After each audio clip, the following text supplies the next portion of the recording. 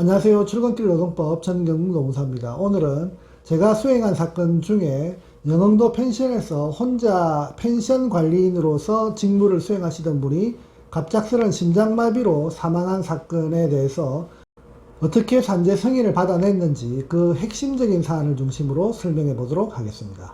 사건 개요를 간단히 설명드리면 사건 발생 당시 고인의 나이는 46살 남성이었습니다. 그리고 근무지는 영흥도라고 하는 인천 쪽에 있는 외진 섬의 펜션 관리인으로서 근무하셨고, 사망의 원인은 고인 혼자 근무하던 중에 갑작스런 가슴에 통증을 느낀 후에 결국 심장마비가 와서 119에 후송되어서 병원에 갔지만 최종 사망한 사건에 해당됩니다. 당시 사건을 수임받으면서 제가 고민했던 몇 가지를 간략히 설명드리면, 그 첫 번째는 혼자 일하던 중에 갑작스럽게 가슴 통증을 느끼고 사망한 사건을 어떻게 고인의 과로성을 입증할 것인가 하는 부분이 가장 어려운 숙제 중에 하나였습니다. 그리고 두 번째는 펜션 관리인의 그 직무 내용을 어떻게 분석할 것인가 라고 하는 것인데, 펜션 관리인의 직무라고 하는 것은 출근 시간도 모호하고 사실 퇴근 시간도 그렇게 딱 정해져 있다라고 볼 수 없을 정도로 출퇴근 시간이 정확히 산정하기가 좀 어려운 직무에 해당된다고 볼 수 있습니다. 따라서 이러한 펜션 관리인의 과로성을 입증하기 위한 근로시간 산정은 어떻게 할 것인가 하는 부분도 상당히 고민스러웠던 부분 중에 하나였습니다. 그리고 세 번째, 업무 내용에 대한 분석도 상당히 좀 중요하다라고 생각을 했는데, 이러한 펜션 관리인의 직무를 어떻게 다양하게 그 업무 내용을 분석할 것인가 라고 하는 부분에 대해서도 상당히 고민을 했던 사건입니다. 그리고 네 번째, 유가족의 어려운 상황이 어떻게 보면 가장 큰 고민 중에 하나였다, 이렇게 볼 수 있겠습니다.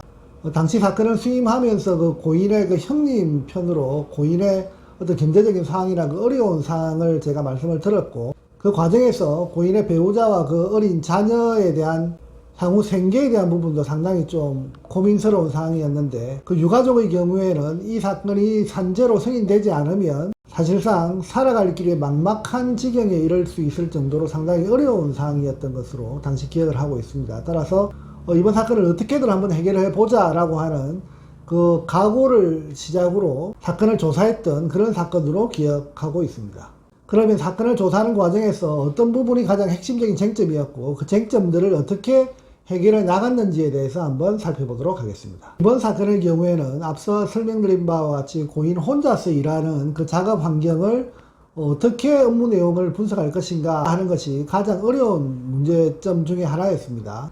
따라서 아무런 단서도 없이 그 영흥도 펜션에 저 혼자 우두커니 앉아서 이 사건을 어떻게 해결할 것인가 라고 상당히 깊은 고민에 빠졌던 적도 있고, 수없이 많은 고민들을 혼자서 그 펜션에 앉아서 고인의 행적들, 고인의 흔적들을 찾아내기 위해서 많은 고민을 했던 그런 사건으로 기억을 하고 있습니다.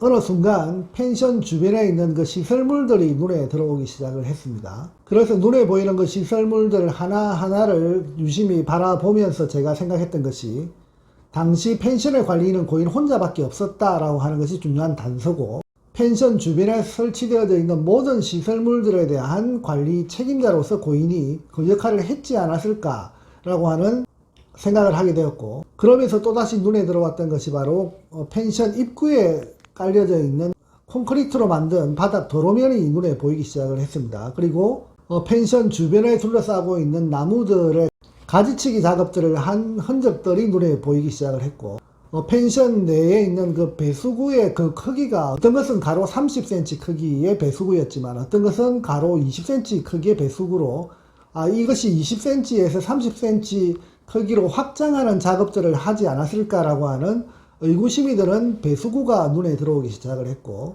펜션 건물 중에 어떤 펜션 건물에는 데크가 있었고 어떤 건물에는 데크가 없는 상태로 놓여져 있었다는 측면도, 이 펜션 내에 데크가 설치되고 있는 그 과정 속에 있지 않았을까라고 하는 의구심도 들기 시작을 했습니다. 그리고 어떤 부분에는 자갈이 깔려 있었고 어떤 부분에는 자갈이 깔려 있지 않는 등 모든 시설물 하나하나가 이제 눈에 들어오기 시작하면서 펜션 주변의 모든 시설물들에 대한 그 작업 과정들을 하고 있는 모습들이 순간 눈에 들어오기 시작을 했습니다. 이런 내용을 바탕으로 펜션이 최종 준공되기 직전에 고인이 수행했던 다양한 작업들에 대한 내용들을 확보할 수 있었고, 그 내용들이 곧 과로를 입증하는 중요한 단서로 활용될 수가 있었습니다.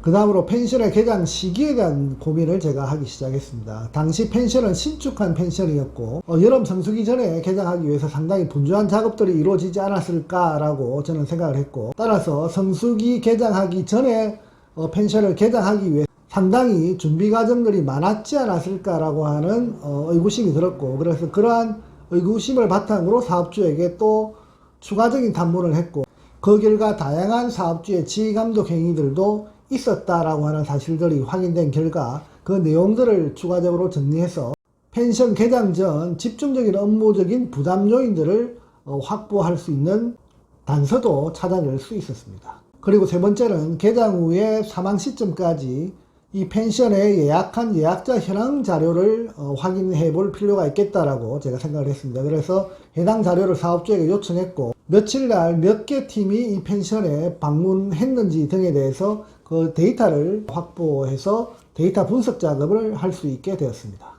그리고 마지막 네 번째 결정적인 단서로 제가 활용할 수 있었던 부분이 사망할 무렵 고인에게 수신된 휴대폰 전화 통화 내역 자료를 통해서 상당히 중요한 단서를 확보할 수 있었습니다. 펜션 예약자들은 모두 고인의 휴대폰 번호를 저장을 하고 있었고, 그리고 그 휴대폰 번호를 통해서 펜션의 시설물들을 사용하는 과정에서 여러 요구사항들에 대해서 고인의 휴대폰으로 전화했던 그 기록들을 확인할 수 있었습니다.